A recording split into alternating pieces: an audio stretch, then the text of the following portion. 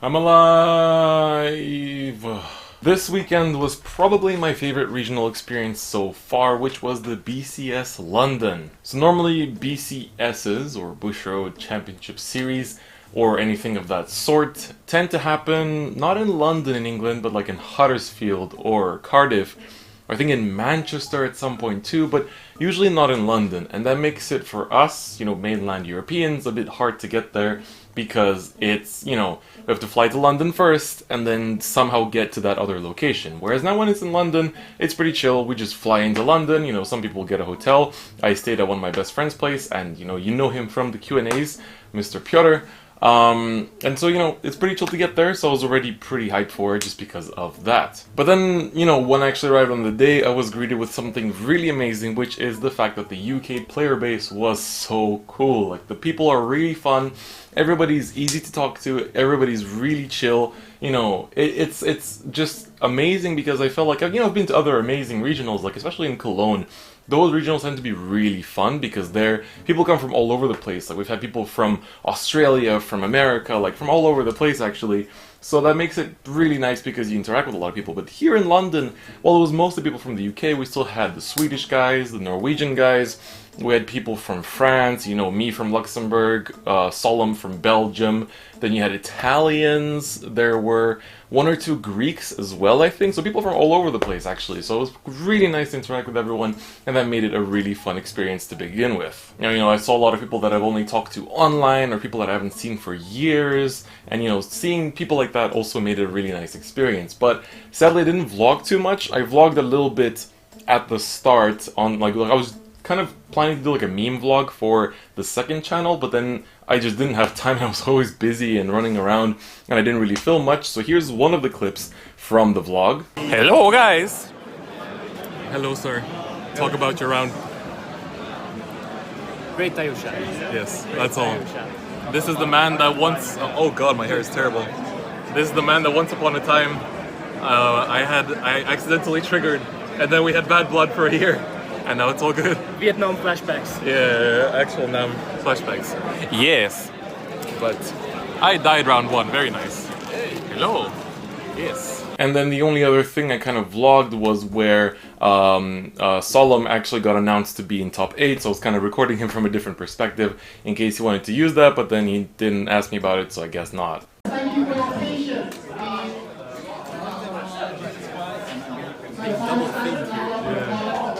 Those of you who have potentially made top 8, please stay there. I will now announce the top 8 separately. And there got David. So in first place, with a score of 8-0, is player number 82. Probably Mohammed. In second seed, with a X1 score, is player number 65. Yes! And in third is player number 38. But anyway, I learned a lot of new things. It was a really good experience, a lot of good memories as well. But, I didn't do that well in either day. Day 1 I went 5-3, day 2 I went X3 and dropped so I could film more because I barely had time to record this whole weekend, for a different kind of video. Not this video, but for like the experience style video, which you'll see either later this week or most likely next week because it's going to take a bit of time to finish. But what was really unique about this event was that before, when I'd meet, you viewers, it'd be a lot more of like, oh, hi, you're the YouTube guy, like, I like what you do, and that kind of, conversation style where we're just gonna talk about it. They're like, oh yeah, I saw you did this and this in video, like, I liked your this thing, but you could have done this differently, like, a lot of this more, like, critical style conversation. But here, it was really different because I think for Solom, it's also kind of similar where we didn't have time to interact with our friends, or like we didn't have time to interact with a lot of people because either, we're signing stuff, which is something, I've done in the past, but it wasn't really something I'm used to on such a massive scale. Especially shoutouts to Muzahir, who asked me to sign his Kote marker, his like SVR Great Dayusha, Origin Rare Dayusha, like just a bunch of stuff, like there's pictures on Twitter and everything. It's pretty wild. So that thing I wasn't used to at all. So the fact that, like just signing things on that extent, like talking to all you viewers to that extent, I didn't expect that, I didn't think I was watched that much in the UK. I knew from Birmingham that there's quite a few people, but not to that extent.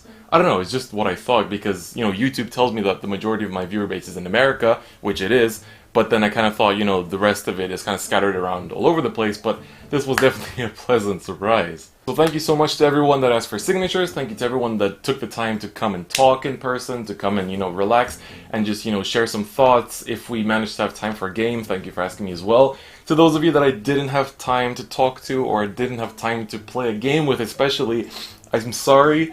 I either was running low on time, or I had other priorities, aka filming like top 4, or filming, you know, the just general venue, because I wanted to use that for videos. So I'm sorry that my priorities are sort of in this way, that like I need to film to some extent to be able to make videos in the future, and then, you know, I didn't have as much time to play with people. You know, I still got a few games in here and there, but it wasn't on the same level as I wanted it to be. So I'll try to somehow sort out time in the future, so I apologize for that. But I'll try my best to come to the next English big event, well, in England, that is. I hope it's in London again. The venue was pretty great. There was a lack of connection, but I mean, honestly, that wasn't the biggest deal. But it was a really nice venue, so I hope Bushiroad comes back there. It was a really nice venue, honestly. Like, I can't say that enough.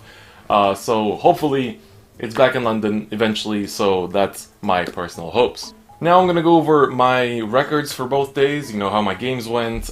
Decks will not be in this video. I'm going to make separate videos for both my day 1 deck and my day 2 deck, because people have been asking for premium D-Robots for the longest time. The deck I used for premium was not something that I was proud of. It was D-Robos, but I could have built it a lot better, and throughout playing that day I realized what could have been better, but then I'll go on to that a bit later. So, day 1. My list is nowhere near what I was playing in the deck preview. It was a lot more of just, you know, the one you've seen topping quite a bit, which is the very defensive style, like a lot of draw triggers, the 15k grade 2 Miracle Dandy, 10k vanilla, like a lot of defensive cards actually, and 12 grade 1s. So I'll go into that in my choices, and then, you know, the reason, the game plan and everything in the next video, which will normally going up tomorrow if everything goes well. But so my record itself, game 1 I played against Spikes, and it was going alright, but then when I was on 4 damage, I 2'd past his Zyfried when he already filtered his deck quite a bit, so that was my own mistake. I didn't think about the fact, like, oh yeah, he doesn't have that many triggers left in the deck, maybe I should be no-passing this, but I'm not sure, I don't remember my hand at the time, if I could have afforded to no-pass it or not, because then he heal crit me, and then I lost, so, you know, those kind of things, like, it was my own carelessness. I think I probably could have no-passed it, but I'm not sure if I could have handled the rearguard attacks in that extent, so that was my own problem. I should have just played that better. So then I was already down by 1 loss from the very get-go, so that kind of, you know, maybe go like, okay, you know, reverse sweep, let's go. So next round, I don't really remember this one. I think it was against OTT. I'm sorry to my opponent if I don't remember this one, but I'm pretty sure it was against OTT, and I won that one. Round 2 is the only one I don't really remember. The rest of them I remember pretty well, so there was that. Round 3 was against Nova Grappler, which is something I didn't expect as much. Sorry. This dude was really chill. We played the game, he went... I think I went first this one, actually. So, it was quite interesting, because he was mostly on Perfect Riser the whole time. He had, like, 2, I think, axle markers by the end of it, and it was just really aggressive, and it was a lot of, like, card-for-card choices, where one card made a difference in every single turn. So it was like, when do I attack his rears? When do I smash face? You know, but then I was like, well, attacking rears doesn't do that much, because then in the end, like, he's still gonna call just triggers to the axle circles, and it's not gonna help. So it was a pretty stressful match, but it was a really good game. I enjoyed that one a lot. And then what it came down to, I think, is that I lost because I put one trigger. I had a Great Dayusha on my rear, Great Dayusha on my Vanguard, and then I think a Silbard with a Force Marker under it on my other rear. And I should have stacked all triggers to the Silbard, but I gave one trigger to the Great Dayusha and one trigger to the Silbard, and then he checked the front as a defensive trigger, and that kind of, like, he could just intercept from my Great Dayusha, and then he could guard my Silbard with the 15k shield he had left in hand. So what I should have done is just put everything on the Silbard, and then just try to go from there. But it was honestly a really hard, like, I was just, like, stuck in the moment and wasn't thinking straight. So that's something I learned, you know, once again to remember to do. So I lost that one, and then I was in X2. So I was like, well, it's going to take a miracle for me to actually top, because we had 245 players, I think, that day. I tweeted out the actual, like, accurate numbers on the day itself. So so that was round 3. Round 4, I believe, was against OTT. This was a really chill dude. Unfortunately for him, by the time he rode into Deer, he had no crits left in deck at all, and his only trigger left in deck was 1 heal. So I handled that pretty well, and then I just, I had the tempo with Great Dayusha going, so it was quite okay, so I won that round. In general, OTT matchups I felt I was quite prepared against. It was the other decks that I wasn't as prepared against, because I playtested against OTT a lot, and I didn't have as much time to playtest against other stuff, because, for example, I was in America for 3 weeks from end of August to mid-September. Then I came back and I was like, okay, I have a week to playtest, and then I had class starting that week too, so then the only time when I had time to playtest, I playtested Standard instead of Premium, and that, we'll talk about that later. But the OCT matchup was fine. Game 5 against Novas, like, once again, I feel like I was just playing against Novas, and I think one of the Nova players ended up like X2 at the end of the day, and there was one or two Aqua Forces that were X2 as well, so Axel clans weren't doing as bad as people thought. And then, so against this guy, he was on the Sure Kaiser most of the time. He was really careful with calling rear guards. He only really called 1 or 2 every time to make sure that, I don't take out too many of his resources. But then, so it was quite scary, but then I took back tempo after some time, and then with Great Dayusha kind of, swung the game in my favor, and it ended up being fine, so I won that game. Then Game 6, I believe, was against Grand Blue. This one I had to G-assist into a Great Dayusha, and then I drive checked into another Great Dayusha, and I had another Great Dayusha in hand at some point. So basically it was just, but I didn't draw any laurels, so I couldn't actually put up the power to 45k, and I couldn't, swing back the momentum. But then eventually I just rode a normal Dayusha after I used my one Great Dayusha that I could, because then I called one at some point because I needed rears, and just all this, it was just a really clunky game. But then at one point I had him on 3 damage. He had used up both of his cutlasses, he had no face-up damage, in his damage zone, and then I essentially was like, okay, here's a Dayusha with a crit, you either take this and risk the chance of me critting you to death, or you PG this every turn. And then, he couldn't countercharge anymore, he couldn't heal anymore because he had more damage, so we just kind of stayed at that for a while, and I had control, and then I think at one point he actually took it. I can't remember if it was that he actually took it and went up to 5, but at the end of it all, I remember I had 2 10k shields left in hand, and I couldn't, handle Baskirk and then Skull Dragons and all this stuff, going in my face. So at the end of the day, I lost that one, and that put me at X3. So then the next 2 rounds, I was like, I could have dropped, but I was like, I'll just play it out, we'll see what happens. Then I played against Kagero. This might have been, I can't remember the rounds, strangely, but I remember what I played against. So then I played against Kagero. I got multiple draws really early, and then because of that I kind of, just went through with it. I had tempo going my way. I think he first rode a Waterfall, if I'm not mistaken, and then re-rode the Overlord, and then, I took the Overlord, like, easy peasy, and then he just, like, essentially, like, I had a lot of momentum going my way because of those early draws, so that helped a lot. Then final game was against Aquaforce. This one again, god, this one was quite a bit of something. At one point, I healed really like 2 or 3 times early, and we were both on low damage, to the point that I think at one point, I was attacking with Dayusha, and I had a crit heal, putting him from 1 to 4, and myself to 0. I'm pretty sure that's what happened. So it was 0 damage on my side to 4 damage on his side. He was a Naval Gazer, he couldn't really push further than that, he damage checked his Maelstrom, so it was just not going well for him. He couldn't really push the momentum back to his, way, because I was on 0 damage, and against Aquaforce, like, I can take 1 or 2 damage and then get defensive triggers, and then, it was just not going his way, so I won that one. So at the end of the day, my record was 5-3, and, I learned things from my losses. I learned where I can improve, how to change my deck build. I talked to a lot of other DP players, and we talked about, our own deck list, what we could do differently, what's worth trying, what works in this meta, what doesn't. So I'm going to try something different, still playing DP, of course, in BCS Cologne in Germany. So we'll see how that goes. I'm going to playtest a lot, as much as I can, throughout these 2 weeks, but I also need to really work on the deck previews for BTO2 because I need to get those out soon. So I'm going to be playtesting DP while also playtesting those 4 clans, as much as I can. But at least I know the deck build that I want to go for. It's more just playtesting and recording the games themselves and recording the actual videos. But that's what I learned essentially from day 1. And now before this video gets too long, I'll go over day 2 pretty fast, but Just as a word of note, as I mentioned earlier, I barely playtested Premium. I played like 5 or 10 games. I barely had time to playtest anything.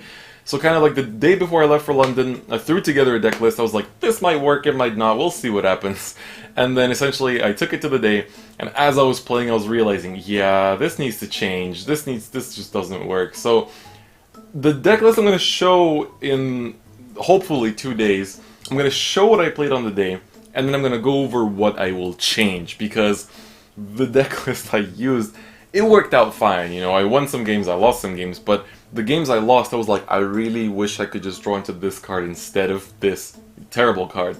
So I'll go over that in the actual video, but it was all because I didn't have time to playtest and I didn't think better about what I should be playing, so that was mostly because of that. And you know, I'll go over it in the video, you'll see that when we get to it. But here's how my rounds went. Round 1 I played against Messiahs. He rode into the wrong grade 3, and then I kind of had tempo my way because I was riding the right grade 3s. Then, you know, I had X-Gallop shenanigans, all this good stuff. And then I Stark plus Laurel, so 3 attacks at 100 plus K with a crit. You know, that's pretty big, so I won because of that.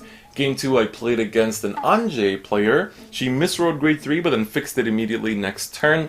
And then also she rode into the mini Soul Saver grade 3. So she then re-rode into Anj. It was a pretty close game actually, because this was really like, I made a pretty big misplay too, where at one point I had 2 face down damage because I first strode Dire. So she attacked my rear, and what I should have done there is G-guarded, so I had another face up G unit and I could have Dimaxed. But instead, my genius brain perfect guarded. I don't know. I was even thinking about G-guarding, and then my hands just moved on their own. I don't know why I did that, but it worked out in the end. I Starked Laureled when she was on 3 damage, but she didn't have that many cards in hand, and I had already seen 1 or 2 heals. I was like, she can't have that many G-guards. Little did I know she had both. So then she took my first Stark. She went up to 5. I think she checked 1 damage trigger, if I'm not mistaken. Then I go second Stark attack with a crit. She goes into the Ellie G-Guard, and then drops 2 more cards from hand because her Ellie was massive. And then she put it back, flipped it face down, and then third Stark attack. Even with the Ellie, she didn't have enough shield, so then, you know, 2 more damage and I won round 2. Round 3 I played against Spikes. God, this game was scary. He goes first, turn 2, triple Bracky, so I was like, damn. You know, I guarded a couple of them, but it was really hard. So then I was like, okay, I'll attack Vanguard to his Bracky. He lets it through, next turn calls another Bracky. I was like, so then, you know, he's got all this tempo going for him, you know, big attacks. I get first try to go for a Die Earth, but I was like, my hand was pretty terrible. I was just trying to get a few more cards, you know, on the field to sort of have some kind of pressure to trade for his rear guards. Next turn he goes for an Agrias, drops 2 of the stand triggers that basically just give him more attacks, and I was like, damn, I can't do anything against this, so I lost that one, but it was really overwhelming to play against that deck. Game 4 was against Ichitom. I made 1 massive misplay where I got first try, but then I attacked with Vanguard, and then I still had 2 more rear guards, and he perfect guarded my Vanguard, but my genius brain decided to attack with my rear guards too. So what happens is he G-guards one of them to have 1 face-up G unit, and then he lets the other one through to have 1 counterblast to use Ichishima. Like, I don't know what I was thinking. It's like, it's just the fact that I didn't playtest Premium, like, almost at all. Like, I think that was the biggest issue. And then, you know, like, throughout the day I was like, oh yeah, I could G-guard, right, this is Premium, I can use G-guards. I was like, nice. And then just realizing all these things that I would have already realized, you know, if I had playtested a lot more. So I went into day 2 expecting nothing. So the fact that I won the first 2 games, I was like, wow, I'm not dropping after round 3, like, I guess that's good. So then I lost my first one, and then I lost my second one to Ichitom because, like, I don't remember how that game ended too much, but I did lose it. And then game 5... I think, yeah, game 5 I played against my friend Isak. We were both, like, when we saw it, we were playing against each other, we were like, let's just, like, we just turned off our brains. It was like a 10 IQ game.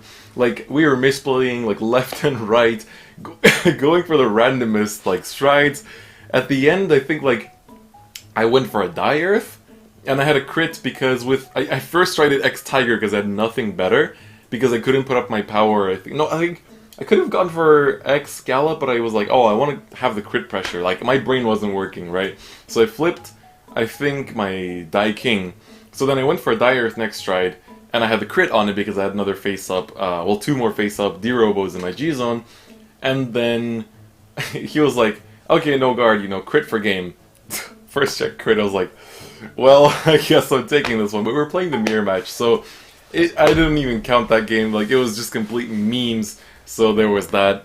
Game 6, by this point I was like, well, I'm X2, but I was like, if I lose the next one I'm gonna drop because I really needed to film for this bigger project that I'm doing. So I was like, if I lose this one I'm just gonna drop no matter what it is. I was like, if I win I might still play, you know, just for the off chance that I can make it, but you know, I wasn't confident anyway. So, it was Ichitom, and I think I made this, no, I don't think I made the same misplay. I did stop attacking to not give him Ichikishima, but then it just kind of went on and on and on and on, and then I made, you know, at the end of it, he went for an Ichikishima, like as his last try, at 2 heals in hand.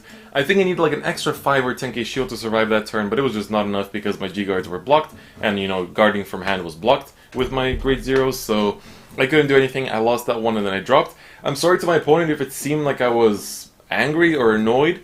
I generally wasn't. Before the game even started, before I even saw my opponent, I was like, if I lose this one, I have to drop because I don't have time to record. So I'm sorry if it seemed like I was maybe just in a bad mood or something. Honestly, I wasn't. Congratulations to you for winning. Like, it really wasn't a big issue, so I'm sorry if it came off that way. So now the video is getting way too long. It's over 20 minutes, so thank you for watching. After round 6 I dropped. People played out 2 more rounds. I needed to record really bad.